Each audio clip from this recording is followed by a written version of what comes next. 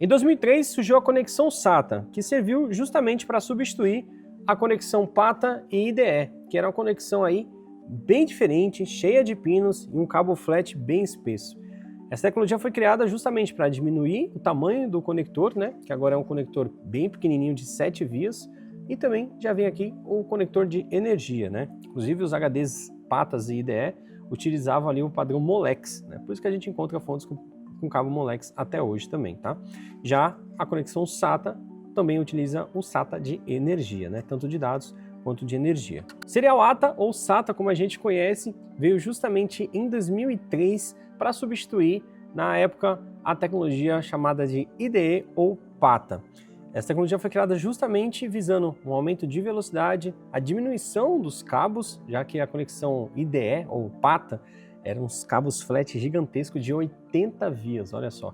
E o SATA diminuiu para 7 vias apenas. E com ela também trazendo tecnologias como o Hot Swap, que permitia com que você pudesse, desativar ou simplesmente remover o dispositivo enquanto o sistema estava funcionando graças à tecnologia Hot Swap. Mas logo no começo já surgiram aí as limitações. A gente passou desde quando o SATA foi criado pelo SATA 1, 2 e o 3, onde a gente tinha uma velocidade nominal de 1.5 gigabits, em seguida 3.0 gigabits e passando por 6.0 gigabits. Isso é a velocidade nominal da conexão em si.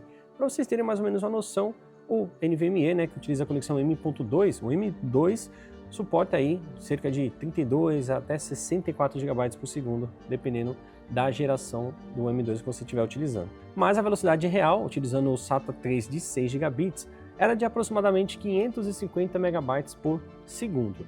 Um feito muito grande na época, já que se a gente comparasse com HD, os HDs chegavam até uns 300, mas com o tempo eles iam diminuindo bastante a velocidade e também pedindo a questão de transferência de dados, quando você ficava muito tempo transferindo os dados ou múltiplos dados, a gente percebia que a velocidade ficava cada vez menor. E se tivesse 100% cheio, ou ali com uns 2, 3% mais ou menos, aí que o negócio ficava muito lento mesmo, então o SATA ajudou muito. E diferente dos HDs, que eram mecânicos, o SSD utilizava ali memória flash. Porém, com a tecnologia SATA, os SSDs ficavam bastante limitados.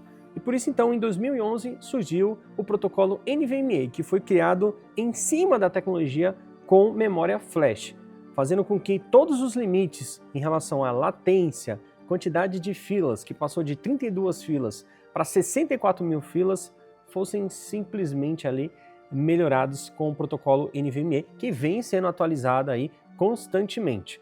Além do protocolo, a gente tem as gerações do próprio M.2, que suporta ali o Gen 3, o Gen 4 e atualmente o Gen 5, e já tem alguns outros projetos que obviamente vai sair para os próximos anos aí, mas vamos se atentar aí no Gen 3, Gen 4 e Gen 5. Os SSDs M.2 NVMe utilizam ali a linha PCI Express diretamente, então isso faz com que a latência deles seja ainda menor em relação aos SATAs. Porém, o SATA ficava limitado ali dentro da própria tecnologia SATA, Então, com o protocolo NVMe, foi possível diminuir drasticamente essa questão da latência, Na época, a gente utilizava muito o AIDA64 para fazer o teste de disco. E aí, no finalzinho, ele mostrava o teste de latência, O SSD já era muito rápido se a gente comparar com um HD, Um HD SATA versus o SSD SATA. Tipo, a latência do SATA ficava em torno de 13 milissegundos, até menos. Já o M.2 chegava a 0.0 alguma coisa. Então, realmente a diferença gigantesca. E conforme foi evoluindo as gerações do PCI Express, o M.2, consequentemente entregando mais banda, os SSDs NVMe também foram ficando cada vez mais rápido, Sendo limitado a 3.500 MB por segundo no PCI Express Gen 3, no Gen 4 subindo para 7.000 MB por segundo, mas é possível encontrar SSDs com velocidades um pouco maiores do que isso, e no PCI Express 5.0 alcançando os incríveis 14.900 megabytes por segundo. Isso significa que nós temos atualmente SSDs cerca de 27 vezes mais rápido do que um SSD SATA, um SSD NVMe mais rápido do que um SSD SATA. Então imagina só, a gente tinha uma tecnologia que foi criada na época dos HDs, que foi otimizada para utilizar com SSD de memória flash, e aí teve que surgir uma nova tecnologia do zero para fazer com que aquela memória flash que ficava bastante limitada pudesse aí, ter uma vida mais tranquila, vamos dizer assim. Então a gente tem essas velocidades altíssimas graças ao protocolo NVMe. Então se liga só nessa tabela comparativa com o SATA 3 até atualmente o M2 Gen 5, né? A gente tem ali o SATA 3 com 6 GB ou 750 MB por segundo, PCI Express NVMe 3.0, né? Utilizando 4x de velocidade, atingindo 32 gigabits por segundo ou 4 gigabytes por segundo, o PCI Express NVMe 4.0 atingindo 64 gigabits ou 8 gigabytes por segundo, e o NVMe PCI Express 5.0 atingindo incríveis 128 gigabits ou 16 gigabytes por segundo. Essas seriam as limitações, né, de cada uma dessas gerações. Então a gente saiu de 750 megabytes por segundo, inclusive SSD SATA, dificilmente você vai encontrar um que consiga atingir essa velocidade de 750 megabytes por segundo, geralmente fica limitado ali nos 550, até chegar agora atualmente aí os quase 16 gigabytes. Então a gente tá vendo muito SSD com 14.800, 14.900, quem sabe nos próximos anos chegando muito próximo dos 16. O que mudou bastante também foi a latência, né? Antes a gente tinha ali uma latência de cerca de 80 a 100 microsegundos no SATA 3, passando de 20 a 30 no Gen 3, 20 a 30 no Gen 4 e 20 a 30 no Gen 5, né? De fato, a latência, né, não diminuiu muito nas gerações 3, 4 e 5, tá? Mas mesmo assim já é muito menor do que o SATA 3, né? Isso se dá por conta da própria tecnologia, né? Porque assim, o time, né, que ele consegue fazer a operação, a distância ainda é a mesma. Então, para diminuir esse tempo, a distância de comunicação teria que ser menor. Como isso ainda não foi feito, a latência permanece a mesma, mas o que subiu bastante mesmo foi a largura de banda, fazendo com que também a velocidade subisse muito. Para quem nunca viu, esse daqui é o SSD SATA. Então a gente está com dois modelos aqui, e olha que a gente achava pequeno isso daqui na época, tá? Quando eu ia montar os PCs, comparado com o HD de 3.5 polegadas, isso aqui é de 2,5 polegadas, né? E com os primeiros HDs a diferença é bem gigante, porque os primeiros HDs era cerca de 5 polegadas, né? Era uma coisa bem bizarra de grande, tá? E aí você tem aqui um SSD bem leve, não tem nada mecânico, é tudo eletrônico. Você pode deixar conectado no PC aqui e ficar balançando enquanto o PC está funcionando, que não vai acontecer nada, desde que não desconecte o cabo, né? E aí passou para essa belezinha aqui, onde nós conhecemos hoje como M.2, né? M.2 por conta da conexão, NVMe por conta do seu protocolo, e aí tem a geração, né?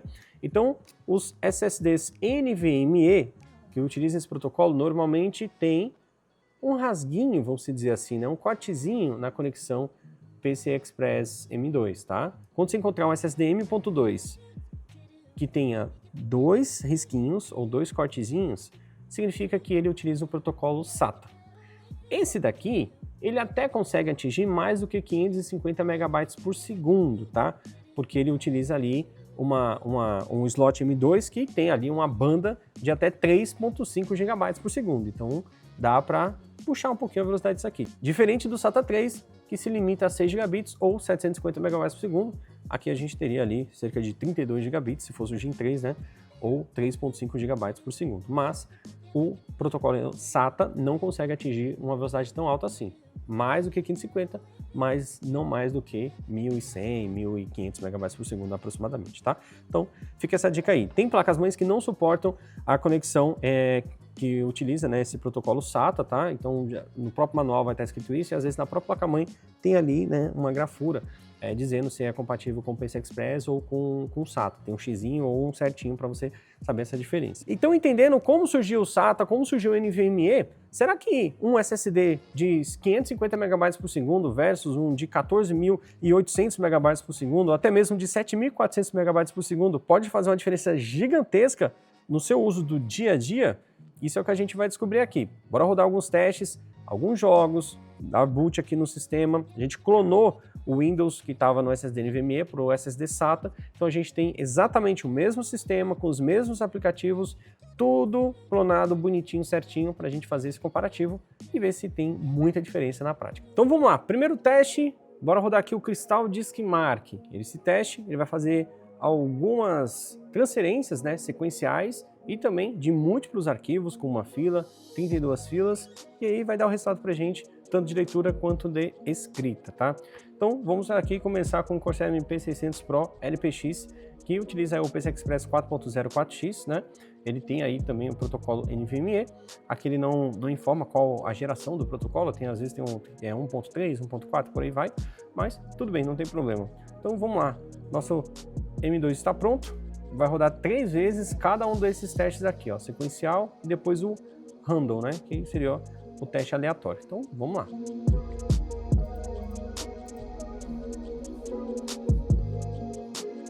Finalizou o teste aqui, onde nós conseguimos obter aí 6.834 MB de leitura e 6.700 de escrita no teste sequencial, né? Utilizando uma fila e uma thread, 3.557 MB por segundo de leitura e uma escrita bem maior, né? 5.550 MB por segundo. No teste randômico, né? 4 KB com 32 filas e uma thread, tivemos aí 827 MB por segundo de leitura, 722 MB de escrita.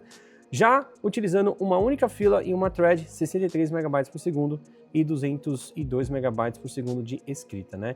Então, por que no Random 4 KB diminui bastante a velocidade? Porque aqui a gente está falando já de múltiplas operações por segundo. Aqui, nesse caso, quando você vai enviar muitos arquivos, texto, foto, arquivos minúsculos, pequenos, realmente é muito trabalho. São muitas filas, né? Então é muita coisa para transportar e geralmente a velocidade cai bastante. Esse número fica muito pior se a gente comparar com um HD. Mas vamos ver como vai ficar num SSD SATA. Bom, galera, o SSD SATA já está conectado aqui. Isso é um modelo de 4 TB, mas não vai mudar a velocidade. O máximo é 550 MB por segundo, né? Vamos ver se ele vai atingir isso.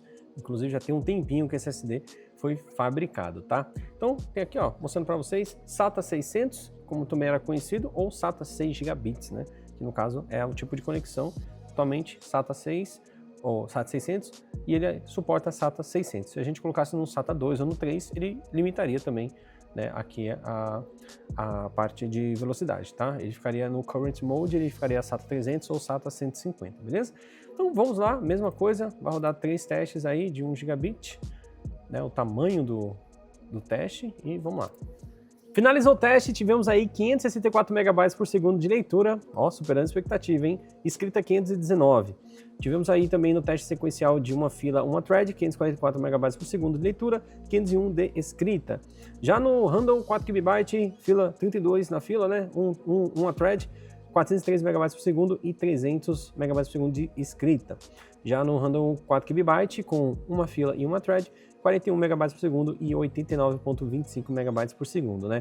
Perceba que no Random 4 KB, a diferença para um Gen 4, Gen 3 ou até mesmo Gen 5 não fica tão grande assim, diminui bastante, né? Porque de fato, lidar com milhares de arquivos minúsculos é bem diferente do que você transferir de uma vez só um arquivo aí, sei lá, de 50 GB por segundo, um arquivo único, né? Agora, se for múltiplos arquivos que somados dá 50 GB por segundo, o que vai fazer diferença mesmo é a quantidade de operações por segundo que aquele SSD consegue operar, né? Então, quanto maior a quantidade de operações por segundo, obviamente, mais dados por segundo ele consegue transferir e muito mais rápido vai ser o processo de transferência.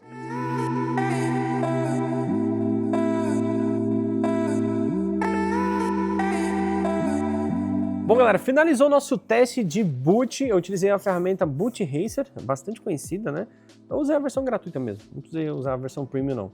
Ele tem 2 testes, ele tem um teste de boot tradicional e tem o teste, digamos assim, como se fosse de performance. Então ele elimina o tempo gerado por alguns aplicativos, né? A gente tinha alguns aqui instalados, etc. Então, basicamente ficou assim. A gente conseguiu 32 segundos de boot utilizando um SSD NVMe Gen 4 e 36 segundos de boot utilizando um SSD SATA. Ou seja, deu uma diferença, mas, sinceramente, o que 4 segundos para um boot vai fazer de diferença na sua vida? Absolutamente nada. Só que aqui a gente tem um sistema operacional que está ali com cerca de 1 TB de espaço sendo utilizado, então tem alguns jogos instalados, etc. Mas se a gente colocar mais informações, esse Windows ficar por muitos e muitos anos ali, com várias coisas no cache, no registro, etc. Quanto mais coisas, obviamente, um disco mais rápido vai agilizar esse processo, né? Vai trabalhar melhor nesse processo. Mas o SATA não fez feio não, tá? Ficou muito bem na fita ali.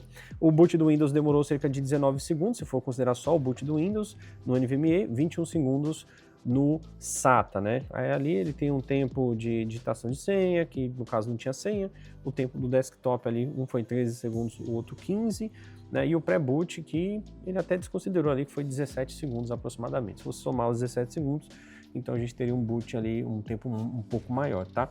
Mas, de fato, na questão do boot, foi praticamente a mesma coisa.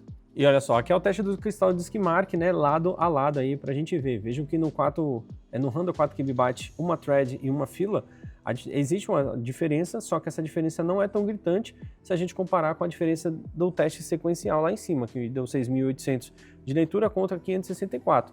Ali embaixo deu 63 megabytes por segundo contra 41, né? Então essa diferença fica um pouquinho menor. Realmente é algo que não muda tanto. Existe alguns tipos, né, de SSD NVMe que vão no slot PCI Express, principalmente da Intel, que utilizam algumas tecnologias que fazem com que o número de operações por segundo, né, ou IOPS, sejam extremamente mais altos, né? Então daria uma diferença bem considerável. Galera, que loucura, cara! Usei um programa aqui chamado Teracopy, bem interessante, inclusive, e ele mostra pra gente qual que foi a velocidade média e o tempo total decorrido. Porque vocês sabem, né? Você começa a transferir, seja uma pasta, seja um arquivo, ou múltiplos arquivos, o Windows ele mostra ali mais ou menos a estimativa de tempo, mas nem sempre aquele tempo é o que realmente, na prática, vai ser. Ou esse tempo ele vai ser muito menor, ou ele vai ser muito maior. Já o Teracopy não, ele considera exatamente o tempo de início, quando você começa a copiar, até o término ali do último arquivo, tá? Foram um total de 3.197 arquivos, isso aí tem arquivos múltiplos, picotadinho, pequeno, grande, etc. Porque eu copiei a pasta inteira do The Witcher 3 da Steam, né? Eu movi da pasta da Steam para a pasta Downloads, tá? Então, basicamente, eu movi do dispositivo M2 para o próprio M2 e do SATA para o próprio SATA. Então, aqui do lado direito, a gente tem ali uma velocidade média de 249 megabytes por segundo, demorou cerca de 4 minutos e 11 segundos para transferir 62,1 GB de arquivo. Já utilizando o NVMe Gen 4, a gente conseguiu ali 35 segundos. Ele conseguiu transferir ali a cerca de 1,7 GB por segundo. Obviamente, no teste do Crystal Disk Mark, a gente viu que ele bateu 6.800 megabytes, ou 6,8 GB por segundo, né? Mas nem sempre atinge tudo isso, né? Por isso que eu costumo falar pra galera que o Windows ele não consegue usar tudo, mas não é que ele não consegue. Se fosse um arquivo só, uma ISO, ele iria enviar muito mais rápido que isso, pode ter certeza. Agora, como são múltiplos arquivos, etc., múltiplos arquivos, mas arquivos picotados, aí gera uma fila gigantesca, aí a gente entra naquela questão, que é a quantidade de operações por segundo, né? Então, o menino aqui foi rápido, tá? Meu amigo, 35 segundos, eu fiquei muito surpreso. Bizarro. Agora, bora testar aquela velocidade para abrir um jogo. E vamos testar no Forza Horizon. Bora ver o tempo que vai demorar a partir do momento que eu clicar em jogar aqui no Xbox. 1, 2, 3 e...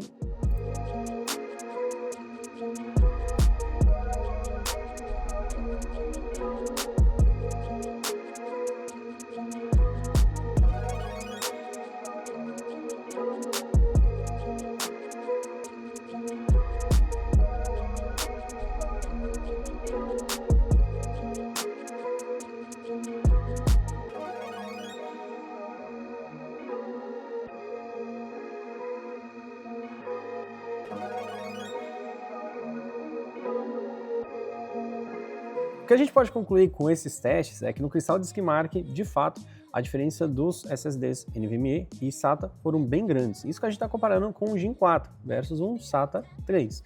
E na transferência dos arquivos, cara, bizarro. É que assim, a câmera não tá gravando na hora que eu olhei, eu falei, o quê? 35 segundos para enviar a mesma quantidade de arquivos? Foi sensacional, né? Ficou ali na média de 1,7 GB por segundo. Eu tô doido para ver no Gen 5, né? Fica aí que vocês vão entender o porquê eu tô doido para ver. Já nos jogos, existe uma pequena diferença, mas ela não é tão grande, tão significativa. É uma diferença um pouco mais sutil. E de fato, o NVMe ele acaba sendo imbatível em arquivos mais pesados, ou seja, tarefas mais pesadas, você precisa transferir arquivos com uma grande quantidade de arquivos, com um tamanho gigante, e precisa de tempo, né? Quanto menor o tempo, melhor, ou seja, você precisa ganhar tempo com essa transferência de dados. de fato o NVMe está disparado lá na frente. E para quem usa para trabalho, tempo é dinheiro, então quanto menos tempo você gastar transferindo esses dados, mais rápido você vai conseguir fazer as suas atividades ou até mesmo entregar os seus projetos. O SATA revolucionou na época dele, mas o SSD NVMe é o presente e o futuro do armazenamento rápido.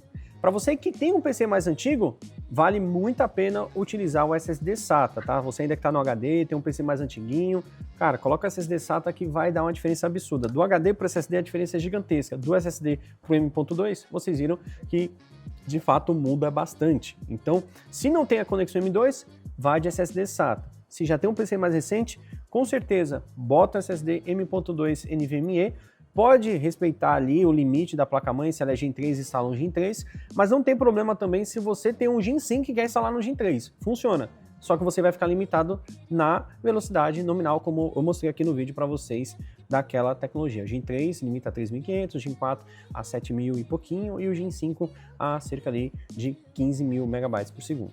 Gostou desse vídeo? Deixa aquele likezão, compartilha com a galera e deixa aqui nos comentários qual SSD que você usa hoje, modelo, marca, enfim, coloca aí pra gente saber. E lembra no começo do vídeo que eu falei que um dos SSDs mais rápidos do mundo, atualmente, é cerca de 27 vezes mais rápido que o SSD SATA? Pois é, ele chegou aqui pra gente, galera, só que os resultados dos testes você acompanha no próximo vídeo. Gostou desse videozão? Deixa o likezão aí pra gente, compartilha com a galera e bota aqui nos comentários qual SSD que você usa atualmente aí no seu PC. Valeu, até a próxima!